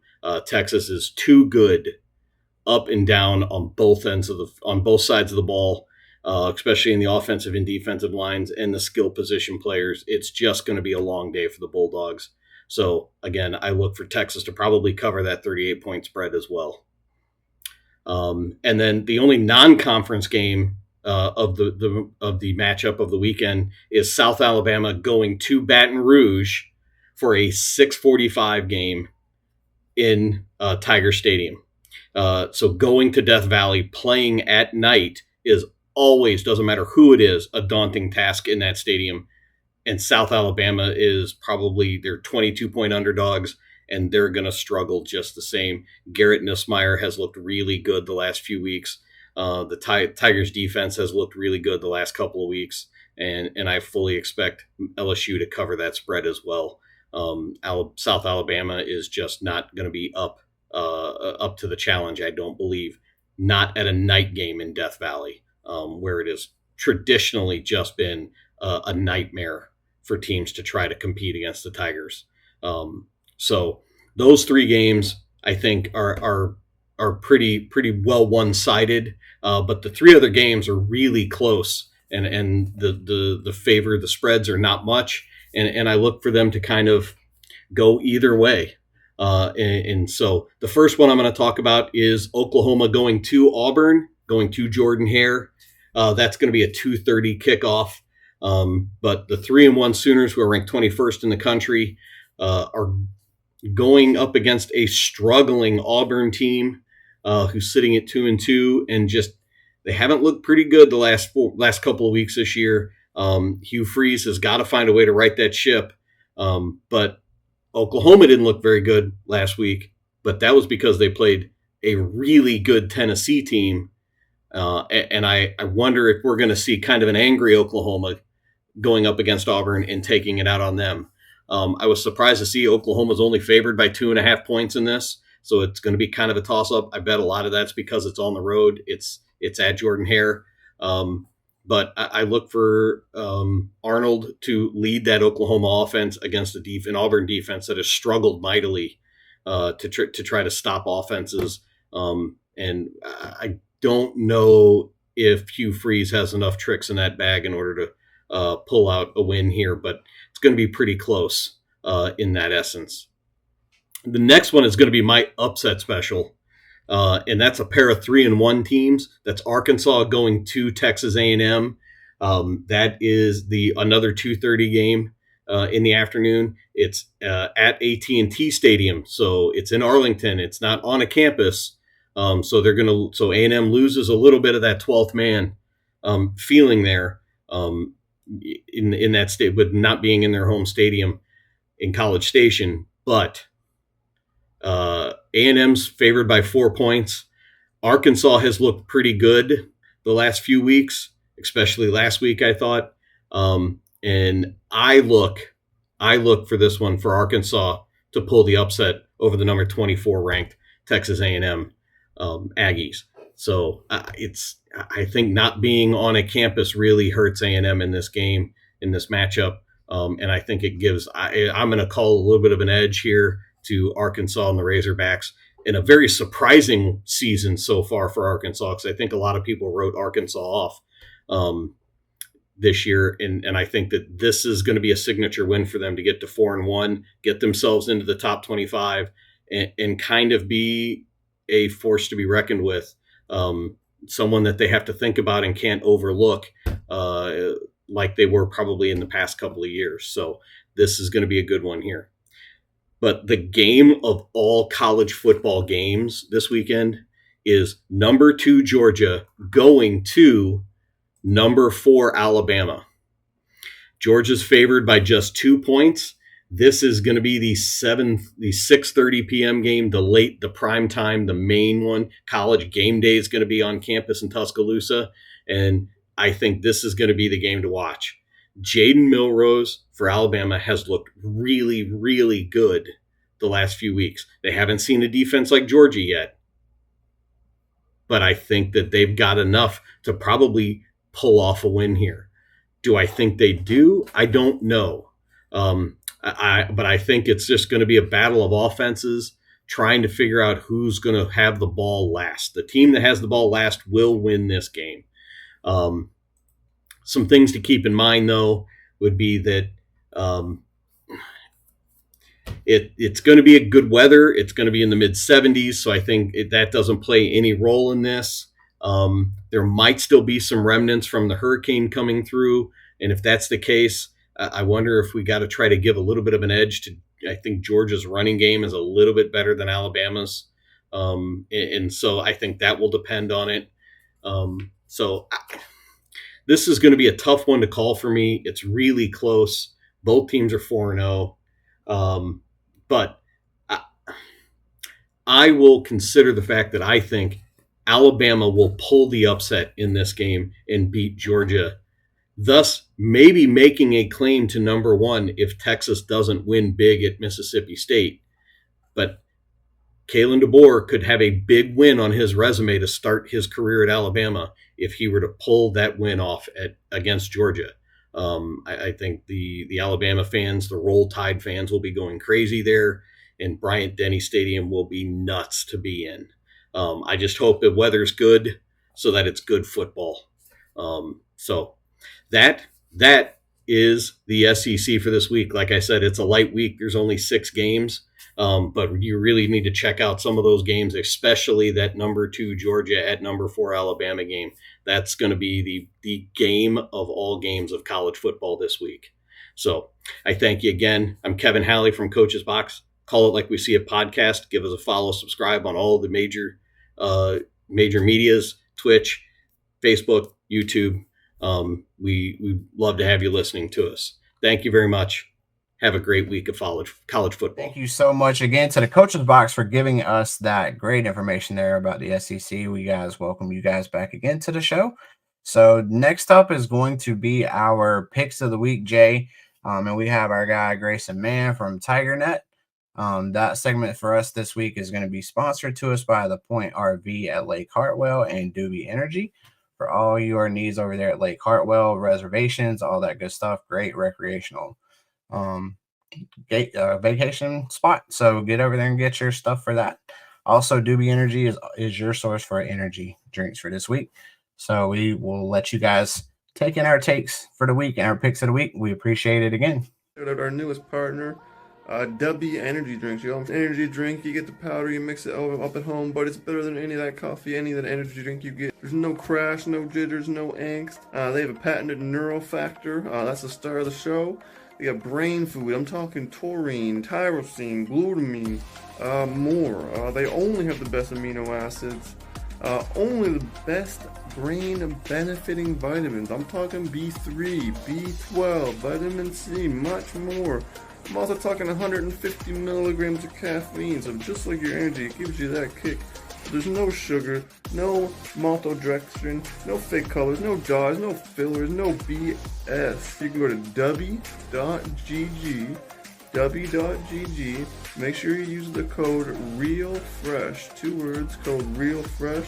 Get 10% off of your order. It is our time for this segment of the show where we do our pick'ems for the week, and we are welcoming into the show Grayson Mann, and he's going to give us our guest picker picks of the week. So thanks for joining the show, Grayson. Gentlemen, hope you're staying dry, and I'm glad to be on the show. Absolutely. Glad to have you. Yep. So another great week of games. Obviously, I did not do too well last week. Was not a great week for me on the pick'em side, but we're going to try to have a better week this week. Obviously, Jay's got our game of the week for you as well. So, but we're going to kick off our pick'em by starting out in the Big 12. We're going to go to the Kansas State, Oklahoma State. Grayson, who did you have for this one in this game? You know, I listened to some college football radio on my way back from Atlanta this weekend, and I've discovered the truth about Oklahoma State. And despite the fact that they have Ollie Gordon, which I believe is probably the best running back in the country, I'm not sure they can run the ball very effectively. And I think Kansas State at -5, I think I'm going to take Kansas State here to win comfortably and really set themselves up well in this first quarter of the season for the Big 12. I like it. Jay, who you got in this game for us? I agree with Grayson. I think last week the BYU upset over Kansas State was exactly what it was. It was just an upset. I think Kansas State just went into that game not really concentrating very well, just based on their play. Give me Kansas State to rebound this week over Oklahoma State. I like those two. I like the takes from you, Grayson. I'm heading the other way, though. I'm going to go with the Cowboys this week. So give me the Cowboys. These were two teams that I thought were going to end up being in the Big 12 championship race anyway. So it's kind of good to get this game out of the way early. So I'm going to go with the Mike Gundy, and I'm a man on 40 Cowboys. So give me them this week. And then the next one that we got up for you is another great one over here in the ACC. So it's going to be a ACC/half ACCN matchup with Notre Dame and Louisville. So another good one. I think Louisville's a really good team. But Grayson, who you got in this one? I think Notre Dame really bounced back well after NIU really shocked the country early into the season. One of the more fun upsets we've seen. The NIU circle was talking group of 5 playoff berth, but I think Notre Dame continues their, rebound in this sense. I think Louisville's a good football team, and I think that matchup with Clemson ends up being one of the more important matchups in the ACC this year for just playoff race and just sort of who's going to face Miami and Charlotte. I think Louisville's going to be close, but I think Notre Dame pulls off the road victory. Jay, who you got in this one, the Irish or the Cardinals? You know what? This game is really hard for me to pick which one. But I do believe that Notre Dame bounces back and surprises Louisville, although I think it's going to be like a 24-23 ball game. Yeah, these two defenses are really, really good. I really like the way that Louisville's playing right now, too. They've got a lot of really good skill at the skill positions, but give me the luck of the Irish again this week. I think they do pull off the road upset, so I think it is something that they get the job done, especially after the NIU game. So looking forward to that one, though. That one's one of my ACC games of the week as well, and we'll talk about that later, too. But next up, we're going to do our trip down to the Big Ten, and we're going to start out with the Nittany Lions and Illinois. So, Jay, I'm going to let you start off with this one. Who do you think you got in this one? Give me Illinois to put it to Penn State this week. I just think Penn State might not be able to come up to the bat in this particular game.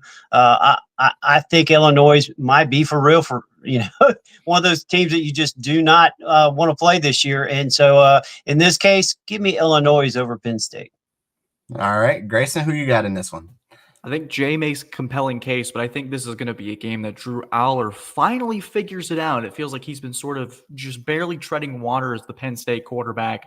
And Penn State's got a good defense. They've got all the right pieces with James Franklin, and it feels like they're always one step away. Now, I don't know if anyone can compete with Ohio State or maybe even Oregon in the Big Ten. That feels like a weird statement to say still. Yeah.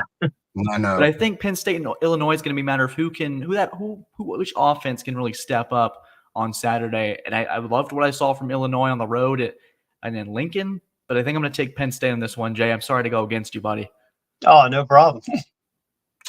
So I went against the orange last week, bit me in the tail. I'm going with the orange this week. So give me Illinois.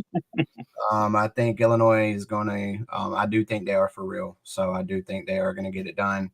I do think Penn State always does seem to find that way to lose a game that they probably shouldn't lose as well every year. So I think this is going to be the one. So give me Illinois in this one. So that's going to be one of those. But then the next one we're going to hit up is, kind of our G5 partners down with Liberty and App State. So it's another good one here in the region.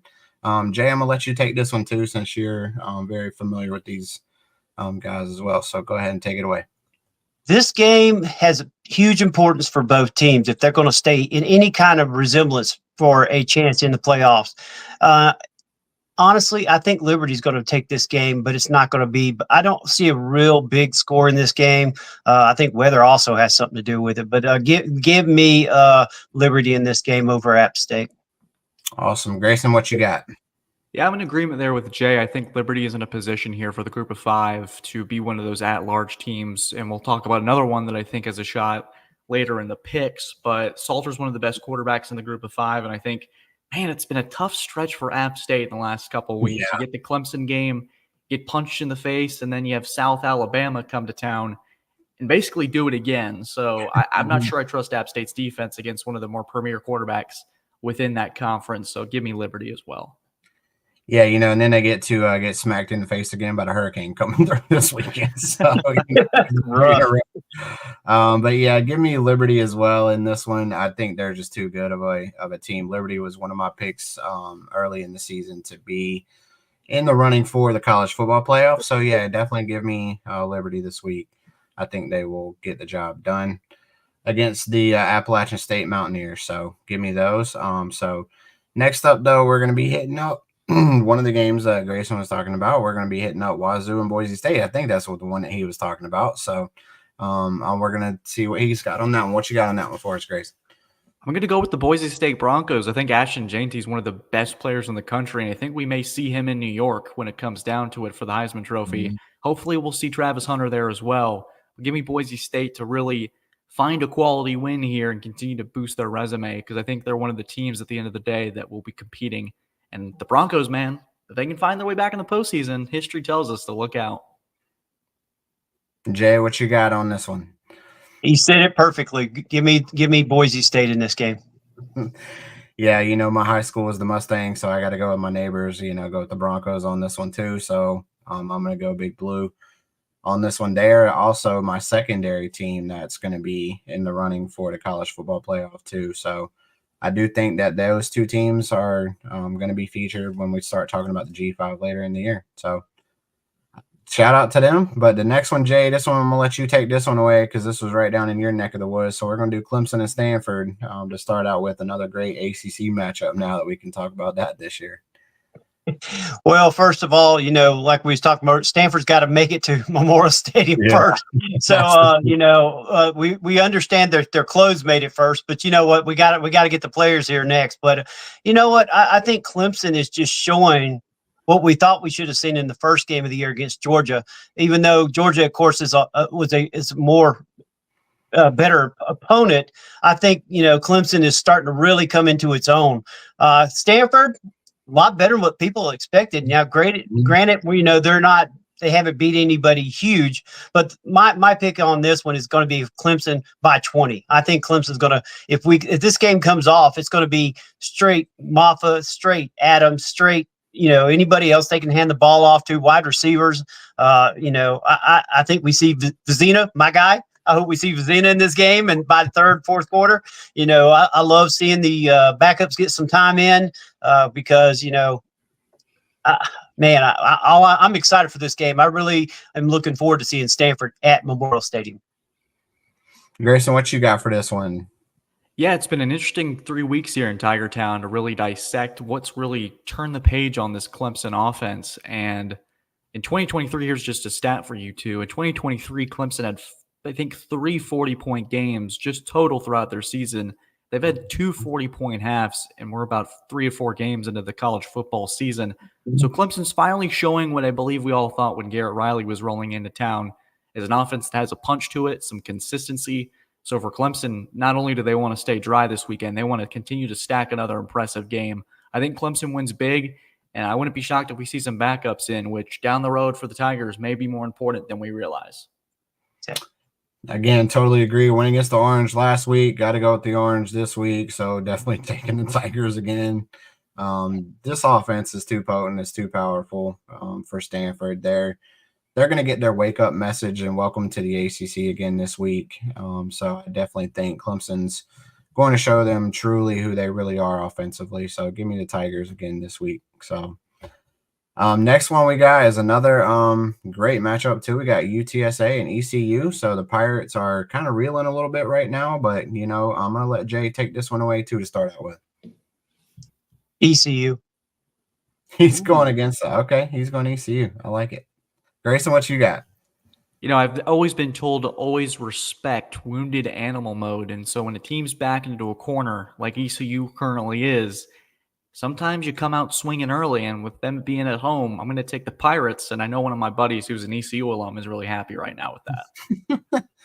Give me San Antonio. I think we all know this is going to be a deal for them. They're actually been playing a lot better lately. This is a team, too, that has a lot of talent. They get a lot of talent from the state of Texas that, the big schools kind of pass off to them. So, yeah, definitely give me them this week. I think Mike Houston's really in trouble. That's just my opinion on that. I think he probably doesn't last the season, if I'm being honest, down at ECU. So, yeah, give me them this week. And what's crazy about it is when Mike Houston came to Raleigh, I really thought their team played super well and kind of thought he might be the next big name among lower level coaches, but he's just not done the same thing at ECU. So give me them this week. And then the next one, we got another good one, Big 12. So Colorado UCF. So Grayson, I'm gonna let you take that one this time. I remember thinking that game was over with Colorado Baylor, and out of nowhere, some Coach Prime magic that we haven't really seen since last year against TCU sort of came out of the woodworks there. And Dave Aranda's victory cigar formation never came to be. So I think UCF coming into this undefeated, they're a contender certainly in the Big 12. Gus Malzahn really is starting to build something special in there. I think they're going to snuff out the Colorado Magic and probably put them back down to earth. So I don't envision any rushing in the field. I think UCF goes 4-0 this weekend. Jay, what you got? I agree wholeheartedly. I have already picked UCF as my Big 12 representative in the playoffs. UCF is going to win this game. Coach Prime is going to not be on all the talk shows for all the good reasons. He's going to be the one answering the questions of why and how bad did it happen.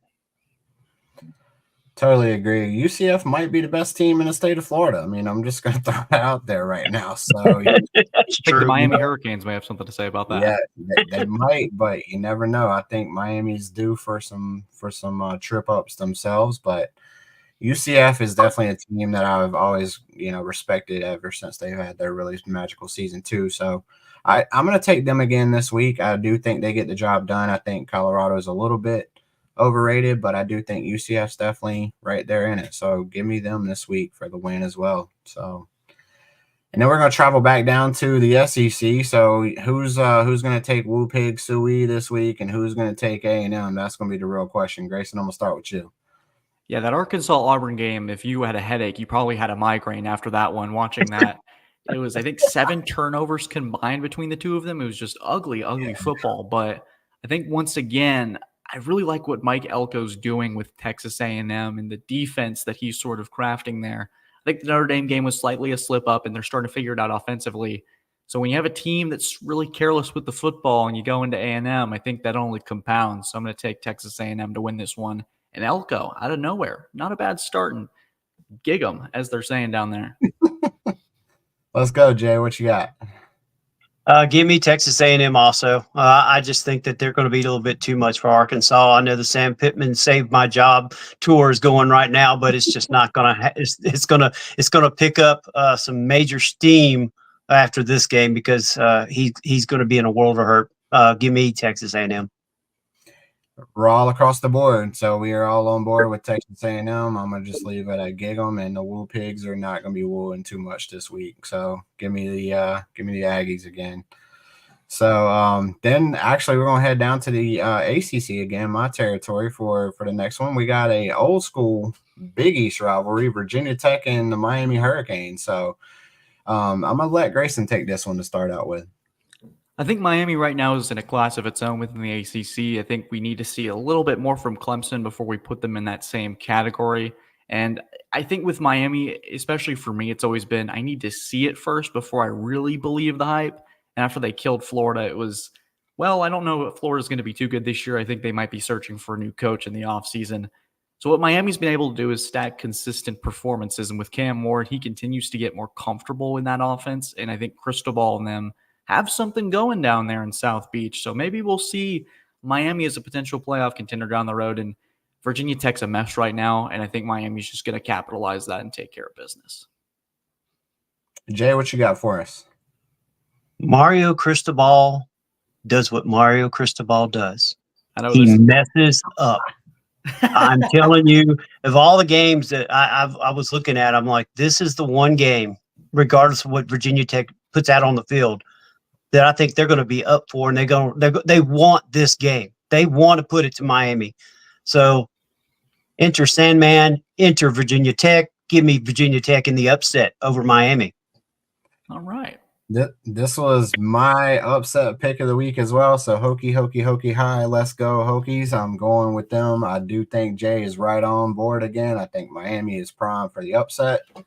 Looking back at the games that they've played, they've really had some really high-powered offensive games, but they really haven't played a ton of really good defenses either. So This is a game that I think Virginia Tech's running game is really going to show itself because they have been really good so far throughout this season. And realistically, I mean, Virginia Tech, we say that they've had a couple of bad losses, but really the two teams they've lost to are, I think, 6-2 or 7-1. So, I mean, they haven't really lost any bad games, in my opinion. I mean, it's just a situation. I think, like Jay said, I think they get up for this one. This is one of those games that they've been playing for a long time, and I think the Hokies are going to get up for this one. So give me them this week as well for that one. And then this is probably my least favorite game I ever want to talk about between these two teams, but it's another rivalry game in the ACC between the Battle of the Blues on Tobacco Road. So Duke and North Carolina are going to be battling for the victory bell this week. So Grayson, take it away for us this week. I think UNC is in a weird spot right now, especially with dropping a basketball score in James Madison. Just monitoring that one while covering the NC State game was a really fun treat for us, just to sort of look like, okay, it's going to 60, okay, 70, oh, okay. Yeah. So I think for Duke right now, it's just really just to capitalize on the situation with Tar Heel Nation. I think Mac Brown is resigned. Who knows what's going on inside the offices, inside the locker room. That's a tough situation to rebound from when such a name in his sort of job status is being thrown around. I think Manny Diaz is going to have his guys ready, and give me Duke to continue things rolling. They've had a good start this year so far. He is taking the Devils to make it to 5-0. Jay, what you got for us? Give me Duke. Duke all around the board. Mac Brown said he was in a really dark place after this last game that he gave up 70 on. And I said, you know what, Mac, maybe you should just stop visiting K&W after hours. That's really the thing that's the best. You got to go during when they're open. So, it's going to be dark when it's closed. So, give me Duke all the way. UNC is in a mess right now. They do have Amari Hampton, which can run the football extremely well. I do think he's probably one of the best running backs in the ACC right now. But I just don't think they've got enough power to stick with Duke. And Duke's defense is playing really well. I mean, Manny was a defensive guy pretty much his whole career. So I think his defenses are starting to really show out at Duke too. So give me the Devils this week as we finish up. And I guess the victory bell will stay in Durham. So I'm hoping that they will travel down 15-501 with that all day. So. But yeah, second to last is we're going to head to our military guys. So Navy UAB. So who's got the midshipmen this week? I guess I'll start by saying Navy's going to stay undefeated. I had a chance to speak with Roy Philpott for our Stanford preview, and he's got the call for Navy UAB this weekend. He said that Grayson, Navy runs the wing tee on steroids, and it is really fun to watch. They are really putting things together in the right spots. And their offensive line coach is former Clemson Tiger Jay Guillermo. So that's just a fun connection right there.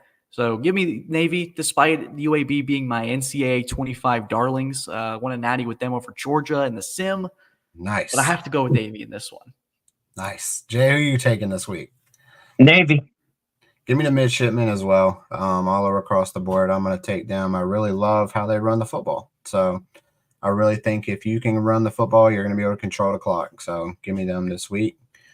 And then finally, last but not least, it's our game of the week, Pick'em game of the week. We are heading to the Bama-Georgia game. So we're going to let you guys, I think this is one of the first times that Alabama has been a home dog since Nick Saban's first year in Alabama. So I'm going to let you guys tackle this one. So Grayson, go ahead and we'll let you start off with this one. I think both teams come into this with some uncertainty. There's a big narrative around Kirby Smart where is he 1-5 against Alabama or is he 1-5 against Nick Saban? And so it's sort of the protege mentor deal here. It's a chance for Smart to rewrite a certain legacy and rewrite that he's the king of the SEC now and that everyone answers to Georgia. But I think Jalen Milroe and Kalen DeBoer have developed something pretty unique in this first stretch. He's more refined as a passer, and it just feels a little more sure of himself within the pocket. I think Georgia's offense has some problems. So I think I'm going to take Alabama, actually, to win this game. And despite whatever conditions may be on Saturday night, I hear that's going to be a relatively dry game, fingers crossed. I think Alabama's going to win this one and really control the SEC in this early quarter of the season. And I want to agree with you, Grayson. I think Alabama wins this game. I'm not going to go with Georgia. I think Georgia showed a little bit of their kinks in the Kentucky game. Now, granted, that was Kentucky, but the problem was it was Kentucky. So I think that Alabama's going to win this game. Once again, I don't think it's going to be a blowout by any means. I think it's going to be a good close game, especially into the fourth quarter. But give me Alabama over Georgia in this game. I'm going to agree with both of you guys again. So I'm going to take the Tide again this week. I think Caleb, I think DeBoer and all of them are going to be really good this week. I really like the way they're moving the football right now. I think the only concern I do have for Alabama, though, is their starting center is out this week.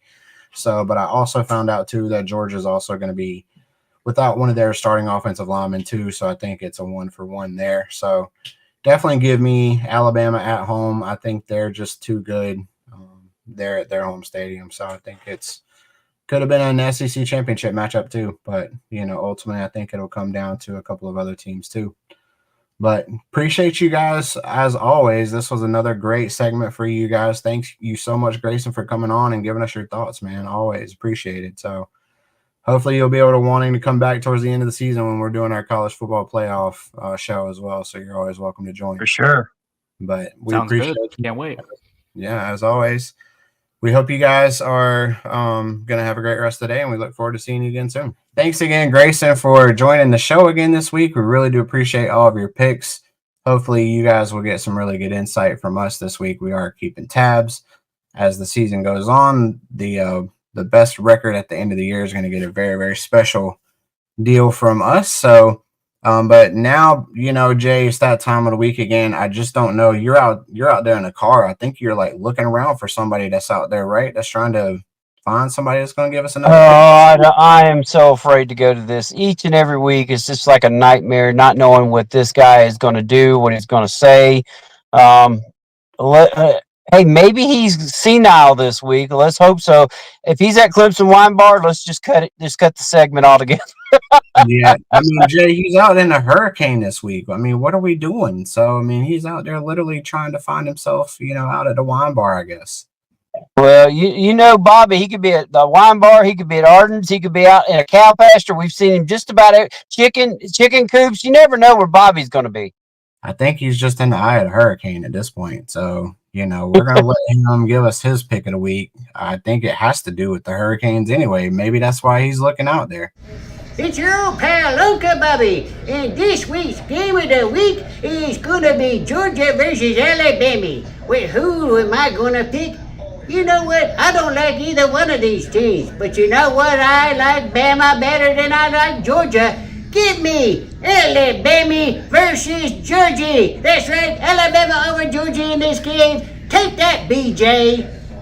Welcome again back to the show, guys. Bobby is just one crazy individual, Jay. I thought with him being in the hurricane, I thought he was going to be taking the Hurricanes this week, but the crazy guy is so crazy, dude. He actually ended up talking about the Dogs in Bama this week. So we never know what this guy is going to do. So we took Bama this week. And, Jay, I also heard that we had another, special paid advertiser for the show this week. I think it's something to do with honor the election season, something like that. So we got Trump or Harris coming on the show. I've heard it's going to be something, there's going to be some type of special advertising for the election this year. Oh, mercy. Please tell me not. I think there might be another candidate out there or something. So, we'll let you guys take a look at that and give us your thoughts on that. Hello, everybody. It's your old pal, Uncle Bobby. And I'm telling you, I'm running for president. You heard me last week. I'm running for president. And who's going to be my VP? Angie Richards here at Arden's Burger Grill, because she's got the best food you ever put in your mouth. I'll get every vote from every American citizen there is as they taste her wings. You heard me. Angie Richards is my new VP. Uncle Bobby gonna win that race. Well, once again, Bobby has thrown his name into the presidential race and has picked Angie to be his VP because he thinks he can get votes over her food. Now, don't get me wrong. He'll get a lot of votes off of Angie's food. If anybody's ever tasted her food, they will love it over at Arden's Burger Grill in Central South Carolina, one of our great sponsors. But Bobby as president, oh, Lord. Could you imagine seeing him and Putin? Oh, man. No. We'd be in a world of hurt, Justin. I'm telling you, His picks are crazy enough, Jay. I just don't know if he's sane enough to handle that situation either. So, but best of luck to the guy. He's running for president, so we'll go with him on that. You know what? With this way the economy and everything is, what would it hurt? You just can't ever know who's going to be throwing their name in the hat. But ultimately, he's had a great run, so why not? He's going to be advertising all over the place. He just decided to pick our show to start out with this week. So, shout out to everybody over there at Arden's for putting up with him. But good luck to Angie and them for all their work. So, but our show is always something different every week. Every week we got new shows, we got new conferences, we got new picks. So for all of your stuff, just please feel free to give us a view and tell us what you think in the comments too down below. We really do want your feedback. We want your input as well. So we are driven by the fans, and we've been adding a lot of conferences because of your feedback. So we appreciate all of you guys' views. We appreciate all of our sponsors as well. So, Jay, I'm going to let you take it away on that, and we'll finish out this week. Hope everybody has a great week in college football. Yep, we want to thank all of our sponsors, of course, TrueVictory.com. Use code Furman Joust, and you can save 15% on your order. We want to thank Cowboy Revolution. Use code Furman Joust also on there, and you can save 20%. Also, we want to thank Clemson Wine Bar, Ardensburg and Grill in Central South Carolina, our buddy Fresh with Dubby Energy. Also, we want to thank Catch This Sports, Silver Cloud Photography, Meteos, and also we want to thank Vero Fencing, Pepsi Cola, and Sitting Pretty Dog Grooming. And Justin, great week, great information. Appreciate you hosting our show and doing all the great job that you do. And let's do it again next week. And hopefully we'll try to get Commissioner Michael Cross back on our show. Hopefully so. We look forward to all that. You guys have a fantastic, great weekend of college football, and we'll see you guys again next week. TGFF, back up for football. Game day. TGFF, back up for football. Game day. TGFF, back up for football. Game day. TGFF, back up for football. Game day. You have tuned in to another episode of Thank God for Football, brought to you by the Fanboys, powered by Greenville Sports Media.